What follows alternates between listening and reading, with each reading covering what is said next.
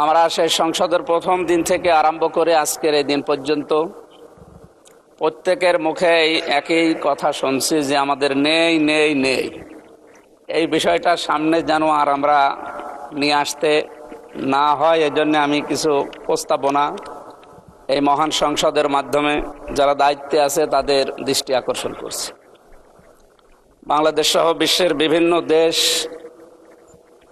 ভ্রমণ করার মাধ্যমে আমি যেগুলো পেয়েছি, বিশেষ করে মালয়েশিয়া, আমরা একটা তথ্য ওখানে জানি যে 20-22 বছর আগেও তারা আমাদের নিচে ছিল, তো তারা আজকে দাঁড়িয়ে গেছে বিশ্বের বুকে যে সমস্ত বিষয়গুলো সামনে নিয়ে আসার কারণে।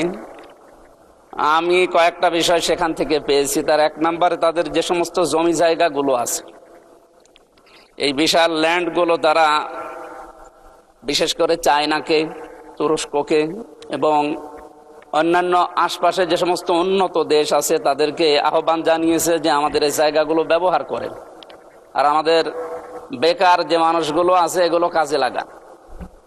মাননীয় স্পিকার, আমরা যেহেতু সব সময় শুধু নেই নেই নেই এই ভাষায় অভ্যস্ত, এখানে যারা দায়িত্বশীল আছে বিশেষ করে মন্ত্রী পরিষদের যারা আছে তাদেরকে বলবো আমাদের স্ব আসনে এভাবে মানুষের কাছে শুধু আকাঙ্ক্ষা না জানিয়ে আমাদের নিজেদের আসনগুলোর যে জায়গাগুলো সরকারি বেসরকারিভাবে পড়ে আছে, এই জায়গাগুলোকে যদি সরকার এখন কাজে লাগাতে না পারে তাহলে বাইরের দেশগুলোকে আহ্বান জানাক। আমি অলরেডি এর ভেতরে এই 2 মাসের ভেতরে অনেকগুলো কোম্পানির সাথে বাইরের যোগাযোগ করেছি। তারা বলছে আমাদেরকে ইকোনমিক জোন তৈরি করে ঘোষণা করে দেন, আমরা আসতেছি। এসে এই জায়গাগুলোতে অন্তত আমার কুষ্টিয়া সদরের 3 আসনের যে জায়গা পড়ে আছে, আমার হরিপুর ইউনিয়নের একটা জায়গা পড়ে আছে, ওখানে প্রায় 1000 একর। কুষ্টিয়াতে একটা অনেক পুরাতন মিল পড়ে আছে, মোহিনী মিল, যেখানে 300 বিঘার উপরে জায়গা পড়ে আছে। এরপরে আরো বিভিন্ন জায়গা, সুগার মিলে ওখানে প্রায় 750 বিঘা জমি পড়ে আছে। এই জায়গাগুলোকে সরকার কাজে লাগাচ্ছে না, খালি কথার উপরে আমরা এই চলমান অবস্থায় আছি এই 2 মাস।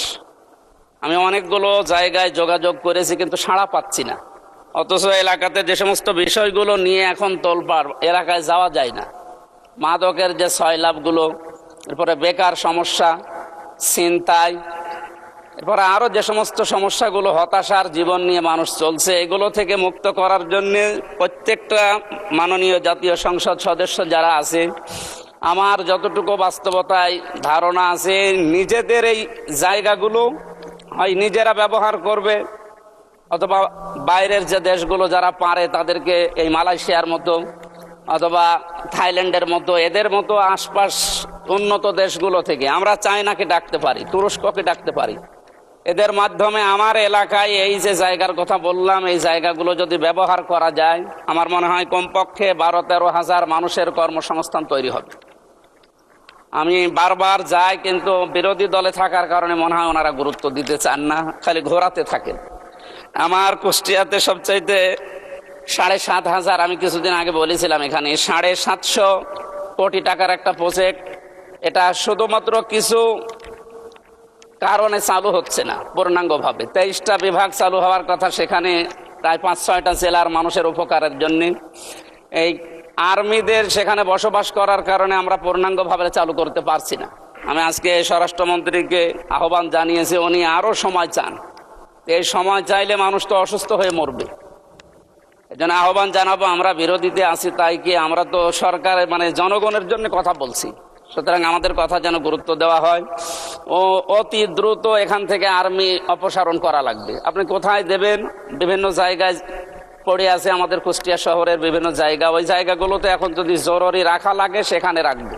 এই জায়গাটা পরিষ্কার না করা হলে আমাদের সেবা ব্যাহত হচ্ছে এবং বিভাগগুলো খোলা যাচ্ছে না। আমরা কালকেও কুষ্টিয়া থেকে আসলাম এই কথাগুলো জানার পর।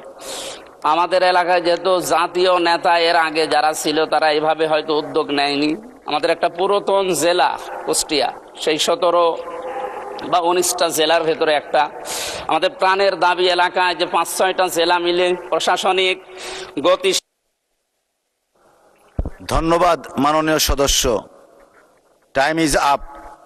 1 মিনিট চেয়েছেন, আচ্ছা আপনাকে 1 মিনিটে দেয়া হলো। ধন্যবাদ। প্রশাসনিক গতি কার্যক্রমের গতিশীল করার জন্য আমরা মাননীয় প্রধানমন্ত্রী থাকলে আরো ভালো হতো।